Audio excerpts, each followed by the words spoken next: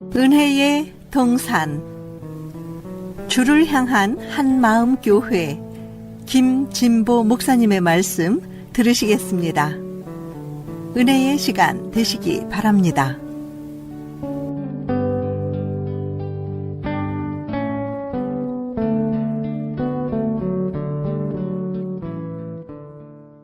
사랑하는 애청자 여러분, 평안하셨습니까? 오늘 하나님의 말씀은 빌립보서 3장 7절에서 16절의 말씀으로 목표를 향해 달려가는 믿음이란 말씀으로 함께 은혜를 나누고자 합니다. 우리 매스컴을 통해서 나오는 스포츠는 대부분 다 좋아할 것입니다. 간혹 좋아하지 않는 분도 간혹 있겠죠. 우리의 삶은 우승을 향해 달려가는 경주자와 같습니다. 여유 있게 산책을 하는 것이 아닙니다. 신선하고 맑은 공기를 마시며 편백나무 숲을 거니는 것이 아닙니다. 운동량 가득히 출발선에 경주자들이 그 목표를 향해 달려가는 모습을 보십시오. 바로 보는 사람들은 역시 멋있어, 건강을 위해서는 운동을 해야지 하면서 간접적으로 만족을 느끼겠지만 직접 현장에서 달리는 사람들은 모두 다 우승이라는 목표를 향해서 달려갈 것입니다. 우승을 위해서 평소에 얼마나 피나는 노력을 했겠습니까? 그럼에도 불구하고 그곳에는 영광과 수치로 나눠집니다.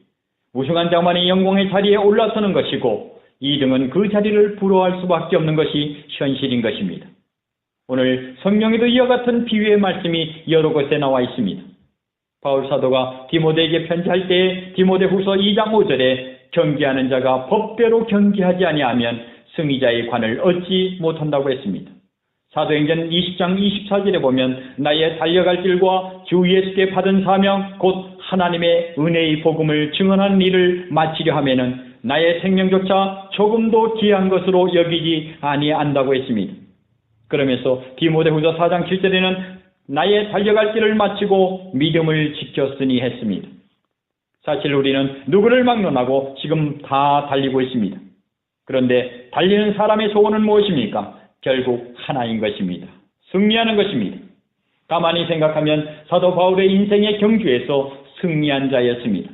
그래서 그는 나의 달려갈 길을 다 달리고 이제는 나를 위하여 예비한 의의 면류관을 바라본다고 말했습니다. 인생의 길에서 승리한 사도 바울이 빌립보 교회에 보낸 편지 가운데서 목표를 향해 달려가는 믿음이 무엇인가를 상고할 때 하나님의 은혜가 여러분에게 충만하기를 주의 이름으로 축복합니다. 고린도전서 9장 24절에 이런 말씀이 있죠. 운동장에서 다름질하는 자들이 다 달릴지라도 오직 상을 받는 사람은 한 사람인 줄 너희가 알지 못하느냐. 너희도 상을 받도록 이와 같이 다름질하라. 이기기를 다투는 자마다 모든 일에 절제하나니 그들은 썩을 승리의 관을 얻고자 하되 우리는 썩지 아니할 것을 얻고자 하노라. 그러므로 나는 다름질하기를 향방 없이 아니한다고 했습니다. 우리는 썩을 승리의 관, 시들어지는 승리의 관을 얻기 위해 다름질하는 사람들이 아닙니다. 썩지 아니할 생명의 면류관, 시들지 않은 영광의 면류관, 의의 면류관을 얻기 위해서 다름질하는 사람들인 것입니다. 그런데 이 승리의 면류관을 얻기 위해서는 향방 없이 달려서는 안 되는 것입니다. 그 승리의 면류관을 얻기 위해서는 먼저 목표가 뚜렷해야 합니다. 경주하는데 목표가 있어야 됩니다. 경주에서 이기려면 목표를 분명히 보아야 합니다. 어떤 사람은 평생토록 일정한 목표가 없이 달려갑니다. 그런 사람에게서 승리 생활을 기대할 수가 없죠. 요즘 젊은이를 보면 뚜렷한 목표 없이 그저 돈만 벌으면 된다는 생각에 그곳에 어떤 곳이든지 마구 뛰어드는 모습을 흔히 봅니다. 지금처럼 경제적으로 어려울 때 자기의 목표를 분명히 하고 명확하게 세워서 그 목표에 맞게 달려가야 할 것입니다. 여러분, 인격과 경제는 나란히 달려나가야 되는 것입니다. 오늘날 백화점이나 슈퍼에서 갑질이 왜 나오는 것입니까? 수단과 방법을 가리지 않고 부를 얻고 그에 맞는 인격이 성숙해지지 않을 때 조그만 것에서 위세를 하고 괄시하고 인격을 모독하는 것입니다. 이것이 바로 세상 사람들의 목표인 것입니다. 부유함으로 평안하게 살아가는 것을 말하는 것입니다. 하지만 그것으로 끝나는 것이 아닙니다.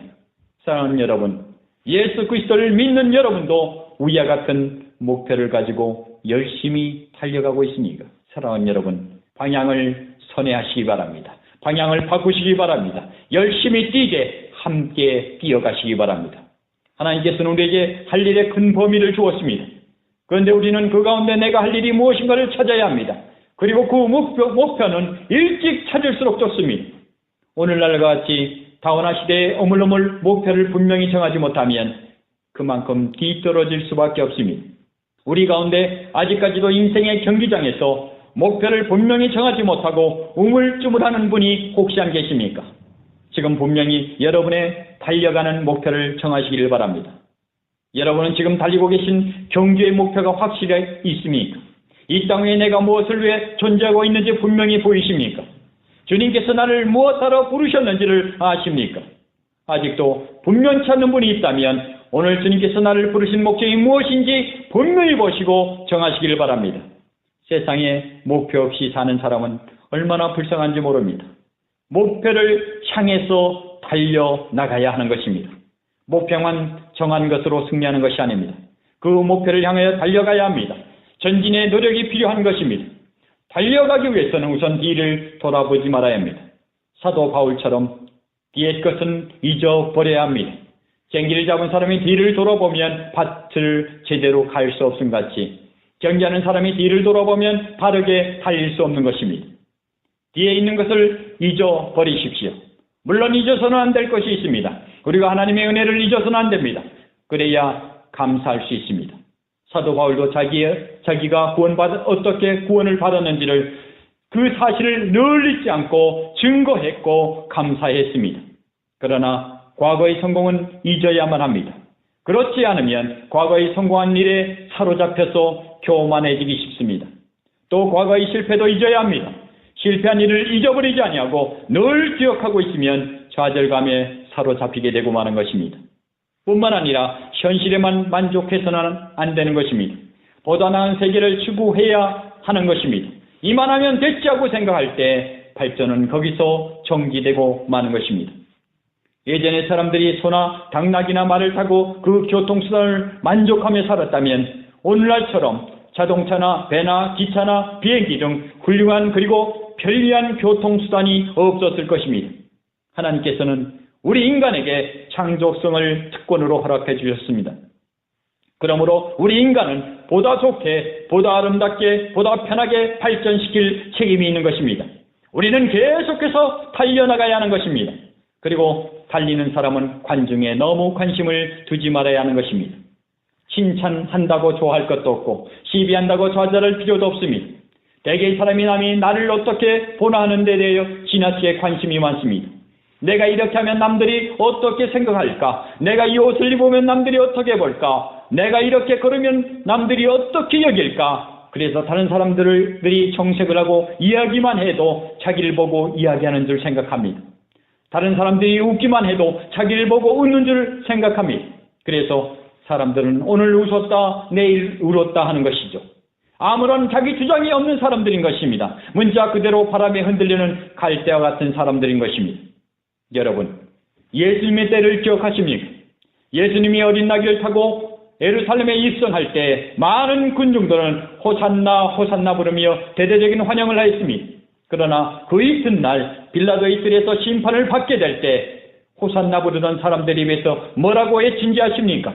십자가에 못 박게 하소서, 십자가에 못 박게 하소서 하며 소리 질렀습니다. 우리 인생의 경기장에서 다름질하는 경주자들인데 관중에 너무 관심을 두지 마십시오. 남이 나를 어떻게 보나 하는데 너무 신경 쓸 것이 없습니다. 목표를 분명히 정했으면 열심히 달려가야 하는 것입니다. 더구나 같이 달리는 사람을 너무 상관하지 말아야 합니다. 요한복음 21장에 보면 부활하신 예수님께서 베드로에게 사도직을 회복시킨 후에 이런 말씀하셨습니다. 내가 젊었을 때에는 임의로 띠띠고 원하는 곳으로 다녔지만 내가 늙을 때에는 내 팔을 벌리리니 남이 내게 띠띠우게 되겠고 원치 않는 곳으로 너를 데려가리라. 아마 베드로의 증거를 암시한 것 같습니다. 그때 베드로가 예수께 주여 이 사람은 어떻게 되겠습니까? 예수님 옆에 계시던 사도 요한을 가리키면서 말했습니다. 물어볼 만합니다. 그러나 예수님께서는 베드로에게 내가 올 때까지 그를 머물게 하고자 할지라도 내게 무슨 상관이냐? 너는 나를 따르라 말씀하신 것입니다. 남의 일은 상관 말고 너는 나를 따르라는 말씀입니다. 물론 이 말은 경제에 관심을 갖지 말라는 말이 아닙니다. 내가 할 일은 내가 하는 것이지 다른 사람이 어떻게 하나 상관하지 말라는 것입니다. 요즘 흔히 하는 말이 나만 그러나요? 남들도 다 그러대요. 그 아무 집사도 그리고 아무 검사도 그러던데요. 여러분, 그게 무슨 상관입니까? 너는 나를 따르라. 예수님께서는 말씀하십니다. 다른 사람이 딴 데로 간다고 할 때 나도 따라가겠습니까? 다른 사람이 부정한다고 해도 부정하겠습니까? 다른 사람의 도중에 달리기를 포기한다고 나도 같이 따라 포기할 수 있겠습니까? 내가 달리는 것은 내가 열심히 달려야 하는 것입니다. 어떻게 해요? 우리 온몸을 앞으로 기울이며 집중해서 달려가야 하는 것입니다. 달리는 사람의 자세가 바로 그것입니다. 비록 몸은 목표에 이르지 못했지만 눈은 목표에 가 있습니다. 몸은 앞으로 기울어져 있습니다. 결승점에서 대표의 몸을 대는 모습을 보셨습니까? 발보다도 가슴을 먼저 갖다 댑니다. 이것이 열심히 뛰는 사람의 몸가짐인 것입니다. 우리의 신앙생활도 마찬가지입니다. 우리의 몸은 비록 이 땅에 있지만 우리의 눈만은 하늘을 바라보고 위의 것을 생각하고 위의 것을 찾습니다. 어떻게 해서라도 주님을 기쁘시게 하려고 그 뜻에 순종하려고 애씁니다. 자, 여러분, 우리의 목표는 누구입니까? 살아계신 예수 그리스도이십니다. 죽음의 권세를 이기시고 무덤을 해치시고 살아나셔서 오늘도 우리와 함께 계시는 주님 예수 그리스도이실 것입니다. 히브리서 12장 1절에서 2절의 말씀을 보면 모든 무거운 것과 얼매기 쉬운 죄를 벗어버리고 인내로서 우리 앞에 당한 경주를 하며 믿음의 주요 또 온전하게 하시는 이인 예수를 바라보자고 했습니다. 경기장에서 경주하는 사람은 우선 가벼운 옷차림이 필요합니다. 가벼운 옷차림은 우리에게 짐이 되는 무거운 죄와 얼매기 쉬운 여러 가지 습관을 벗어버리는 것입니다. 무거운 짐을 짊어지고 뜀박질을 한다는 것은 뛰는 것이 무엇인지 모르는 사람인 것입니다. 경주하는 사람이 길고 무거운 옷을 입고 뛸 수가 없습니다. 그렇게 뛰는 사람은 아마 그 옷에 자신이 감기고 얼매어 넘어질 수밖에 없을 것입니다. 뿐만 아니라 세상의 것을 하나로 안고 달려갈 수도 없는 것입니다. 사도 바울은 모든 것을 다 해로 여기고 그리스도를 얻기 위하여 모든 것을 잃어버리고 오물로 여기고 예수님만을 향하여 다름질한다고 했습니다. 뿐만 아니라 인내로서 오래 참음으로 달려가야 합니다. 뛰는 것은 쉬운 일이 아닙니다. 그러나 우리가 달려야 할 경주를 하기 위해서는 아무리 어려운 일이 있더라도 인내로서 달려나가야 하는 것입니다. 사랑하는 여러분, 우리의 승리의 생활을 원하십니까? 목표를 분명히 정하십시오. 우리의 목표는 살아계신 예수 그리스도 주님이십니다. 목표를 정했으면 뒤를 돌아보지 말아야 합니다. 앞만 바라보고 다른 박질해야 합니다. 앞으로 나아가야 합니다. 결코 머물러 있어서는 안 되는 것입니다. 다른 사람이 나를 어떻게 보나 너무 관심할 것도 없습니다. 같이 달리는 사람 너무 상관할 것도 없습니다. 온 몸을 앞으로 기울이고 달려가야만 하는 것입니다. 죄의 짐을 벗어버리고 가벼운 몸으로 달려가야 합니다. 아무리 힘들어도 인내로 달려야 합니다. 주 예수 그리스도 안에 있는 사람에게는 승리만이 있을 뿐입니다. 그 승리를 위해 목표를 세우고 집중하여 달려가는 저와 여러분이 되기를 주님의 이름으로 축원합니다.